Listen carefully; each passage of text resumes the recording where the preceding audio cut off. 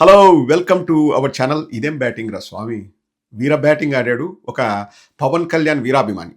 అన్న పవన్ కళ్యాణ్ వీరాభిమాని అని చెప్పుకొని ఈ మధ్య తిట్టడం ఫ్యాషన్ అయిందన్న. మన రాహుల్ రామకృష్ణ కూడా ఏదో అడిగినాడు పవన్ కళ్యాణ్ని, అతను ఫ్యాన్ అని చెప్పుకున్నాడు, నువ్వు కూడా ఫ్యాన్ అని చెప్పుకుంటావు, ఇదంతా ఫ్యాషన్ అయిందంటే లేదు లేదు, ఇతను నిజంగానే ఫ్యాన్.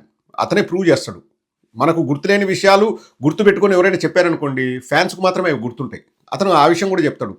అండ్ ఎవరో నిన్న ప్రశ్న అడిగారు, అన్న పవన్ కళ్యాణ్కి ఎట్ట ఫ్యాన్ అయినావన్నా అంటే, ఏమో నాకు కూడా తెలియదు అబ్బా, నాకు గుర్తులేదు అది. ఇప్పుడు మనం స్టూడెంట్స్గా ఉన్నప్పుడు అంటే ఒకట్లే, పాపం పవన్ కళ్యాణ్ని మెచ్చుకోవాల్సిందే ఉంటుందండి. అప్పట్లో ఒక ట్రెండ్ సెట్టర్, ఒక మూస పద్ధతిలో వెళ్తున్న సినిమాని వేరే సైడ్కి తీసుకెళ్ళాడు. అంటే ఏంటి, ఇప్పుడు ఒక బాయ్ నెక్స్ట్ డోర్ లాగా, తొలి ప్రేమలో ఇప్పుడు ఎవరైనా హీరో అనేవాడు విరోచితంగా పోరాడము లేకపోతే కాపాడము అంతవరకు అట్లుండింది. కానీ మన పక్కింటి కుర్రాడు, ఎదురింటి కుర్రాడు అంటే ఏది, అన్న డబ్బులు ఇవన్న ఖర్చులకు లేవని వాళ్ళ అన్న దగ్గర అడగడము, వాళ్ళ నాన్నతో తిట్లు తినడము, ఇవన్నీ ఒక కొత్త జానరు. ప్లస్ కొంచెం స్టైల్ అది ఇది ఏదో ఉండేదిలేండి అప్పట్లో, క్రియేట్ చేసేట్లే. లేకపోతే ఊరికే పేరు రాదు, సినిమాల్లోకి ఈజీగా ఎంట్రీ రావచ్చు, కానీ సినిమాల్లో సక్సెస్ అవ్వాలంటే వాళ్ళన్నకున్న స్టార్ ఇమేజ్ కొంతవరకే పనికొస్తుంది. పవన్ కళ్యాణ్ సృష్టించుకున్నట్లే, ఆ విషయంలో ఒప్పుకుంటాం.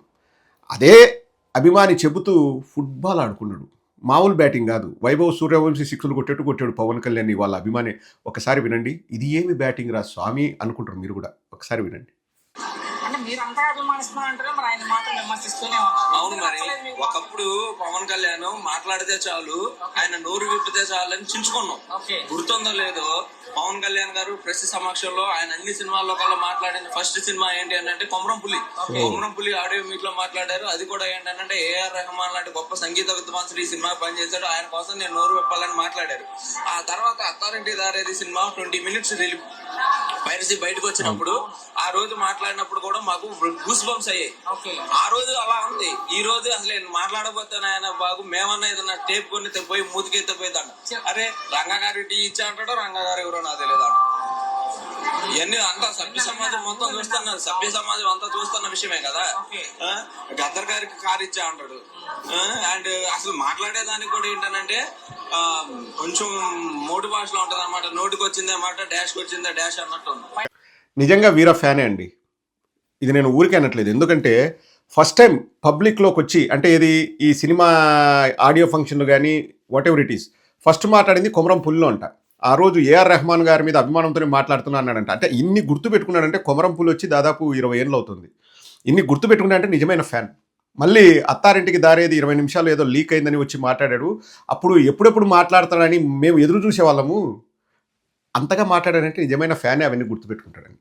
ఇప్పుడు నాకు కూడా తెలీదు, ఫస్ట్ టైం కొమరంపుల్లో మాట్లాడాడు. నేను ఫ్యాన్నే, అంతకుముందు ఫ్యాన్లేండి, ఖుషి వరకు ఆ టైంలో నాకే తెలీదు. ఇతనికి తెలుసు అంటే ఇతను నిజమైన ఫ్యానే. కానీ ఏమన్నాడు, అంతకుముందు మాట్లాడతాడా, ఎప్పుడు మాట్లాడతాడా మా దేవుడని ఎదురు చూసేవాళ్ళం. ఇప్పుడు మాకే చిరాకు వస్తుంది, మూతికి ప్లాస్టర్ అతికిద్దాం. ఇది కొత్త కాన్సెప్ట్ అండి, పవన్ కళ్యాణ్ మూతికి ప్లాస్టర్ అతికిద్దాం అని చెప్పేసి మాకు అనిపిస్తుంది అని చెప్పేసి అంటున్నాడు. ఏం బ్యాటింగ్ రా స్వామి. ఇది కాదు, ఒక ప్రశ్న అడిగారు అక్కడున్న విలేకరి, ఏంటంటే తెలంగాణలో పవన్ కళ్యాణ్ గారి పరిస్థితి ఎలా ఉంటుందని. సోదరుడు చెప్తాడు, ఒకసారి వినండి. ఆయనే ఉండే తలచేరు ఎందుకని, ఇప్పుడు ఆ తెలంగాణలో చేసేవాడైతే తెలంగాణలో ఉండే వ్యక్తి కాబట్టి ముందు అటు నుంచి ఇటు రావాలి. అవును కదా, ఇప్పుడు తెలంగాణలో ఉంటున్నాడు, ఆయనకు ఓటర్ ఐడి అన్ని తెలంగాణలో ఉన్నాయి. మరి తెలంగాణలో ముందు పోటీ చేసి ఆడగెలిసి ఏడకు రావాలి కదా. ఎందుకు ఈ ఏడకు వచ్చి ఇప్పుడు ఆడికిపోతుండవు లేదు. ఇప్పుడు తెలంగాణలో అంత దౌర్భాగ్యమైన పరిస్థితి ఏముంది, వాళ్ళిద్దరూ అక్కడ ఆల్రెడీ కేసీఆర్ గారు ఉన్నారు, ఒకళ్ళు ఇంకోటి రేవంత్ రెడ్డి గారు ఉన్నారు. ఇద్దరు మేము దిద్దుతాం తెలంగాణని, మేము దిద్దుతాం అంటే పోటీ పడుతున్నారు.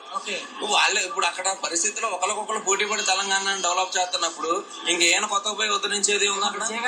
ముఖ్యమంత్రి అవుతారేమో అక్కడ పోటీ చేసి, విజయ్ గారు లాగా ముఖ్యమంత్రి అవుతారు. ఎందుకంటే ఇక్కడ ఆంధ్రప్రదేశ్ లో ముఖ్యమంత్రి అయ్యారు, తెలంగాణలో కూడా అవునండి. ఇప్పుడు తెలంగాణ ఆంధ్రప్రదేశ్ లో సింగిల్ గా వచ్చి ముఖ్యమంత్రి అయ్యారు కదా, అలాగే తెలంగాణలో కూడా సింగిల్ గా వెళ్ళి ముఖ్యమంత్రి అవుతారు. ప్రతి మాట ఒక తూట. ఆంధ్రాలో సింగిల్గా ముఖ్యమంత్రి అయ్యాడు, ఇంకా తెలంగాణలో కూడా అవుతాడు. అక్కడ కేసీఆర్ గారు, రేవంత్ రెడ్డి గారు వాళ్ళు ఫైట్ చేస్తుంటే మధ్యలో నువ్వే ఫైట్ చేసేది ఏముంది, ఆయనే ఉంటే తెల్లచీరతో పనే ఉందన్నట్లు. నీకు అంతగా ఉంటే నువ్వు అక్కడే ఉంటావు, నీ ఓటర్ కార్డు అక్కడే ఉంది, నువ్వు అక్కడ ఫస్ట్ పోటీ చేసి ఆంధ్రాకి రావాలి. కానీ ఆంధ్రాలో ఎందుకు ఉప ముఖ్యమంత్రి అయినావు, ఏం చేస్తున్నాడు ఆయనకే తెలియదు. నేను ఆయన అభిమానం చెప్పుకోవడానికి సిగ్గుపడుతున్నా. ఇంతకుముందు నేను బ్యానర్లు కట్టా, నేను ఏదేదో చేశాను ఆయన కోసము, గుడ్డలు దించుకున్నాను, ఇప్పుడు పిచ్చెక్కుతుంది అంటున్నాడు. ఫైనల్గా తమ్ముడు, పవన్ కళ్యాణ్ మీద ఒక సింగిల్ పాయింట్ ఏదైనా నువ్వు చెప్పదలుచుకుంటే as a politician Pawan Kalyan ఏంటనేది చెప్పేసి ఆడియన్స్ కూడా చూస్తారు, ముగించేద్దాం. India's best unknowledgeable person. ఎటువంటి పరిజ్ఞానం లేని, పరిపక్వత కానీ పరిజ్ఞానం కానీ లేని వ్యక్తి ఎవరైనా ఉన్నారంటే అది సింపుల్ గా చెప్పాలి అంటే మనం ఒక మతిస్థిమితం లేని మనిషి కింద పరిగణలోకి తీసుకోవచ్చు. పరిజ్ఞానం పరిపక్వత లేని మళ్ళీ చెప్తానండి, పరిజ్ఞానం పరిపక్వత లేని అన్నాలెడ్జ్ ఫెలో, మతిస్థిమితం లేని వ్యక్తి అన్నాడు. అంటే ప్రజల్లో ఈ ఒపీనియన్ ఏర్పడుతుంది పవన్ కళ్యాణ్ గారు. ఒక్కసారి ఆలోచించండి. నాకు అనుభవం లేదు, నాకు తెలియదు, నేను నేర్చుకోలేదు, నా డిపార్ట్మెంట్ కాదు, 2 లక్షల పుస్తకాలు చదివినా అంటావు, మళ్ళీ 60 ఏళ్ళ వయసు. ఇంకా ఎప్పుడు నువ్వు నేర్చుకునేది ఎప్పుడు నువ్వు ఆవేశపడేది ఎప్పుడు, ఊగేది ఎప్పుడు, రుద్దేది ఎప్పుడు, వంగేది ఎప్పుడు, లేచేది ఎప్పుడు, పొల్లుదండాలు పెట్టేది ఎప్పుడు, సమ్మర్సాల్ట్లు చేసేది ఎప్పుడు, మిందేసి కొట్టేది ఎప్పుడు, కిందేసి కొట్టేది ఎప్పుడు, పడుకోబెట్టి లేపి కొట్టేది ఎప్పుడు, లేపి పడుకోబెట్టి కొట్టేది ఎప్పుడు, రుద్దేది ఎప్పుడు, ఇవన్నీ ఇంకా జరిగేది ఎప్పుడు? ఈ మధ్య మీరు గమనించారండి, విజయ్ ముఖ్యమంత్రి అయినప్పటి నుంచి బాగా గమనించండి, రోజుకొక గెటప్లో వస్తున్నాడు, ఏదో చేస్తున్నట్టు హంబక్, అది చేస్తున్నా ఇది చేస్తున్నా, రేపు ఏదో ఢిల్లీలో పెడతానంట సేనా గల్లం అని. తెలంగాణ అయిపోయింది, ఇప్పుడు నేషనల్ లెవెల్లో సేన గలం వినిపించాడంట. మీ అభిమానులు ఏమనుకుంటున్నారో వినయ్యా, వాళ్ళ గలం విను ఫస్ట్, సేన గలం తర్వాత వినిపిద్దు. కానీ పవన్ కళ్యాణ్ ఉండాలండి రాజకీయాల్లో. అంటే రాజకీయాలు ఇలా చేయకూడదు అని ప్రజలకు తెలియజెప్పడానికి పవన్ కళ్యాణ్ ఉండాలి. ఆయన ఒక బెస్ట్ ఎగ్జాంపుల్, ఒక వర్గానికి ఆదర్శం.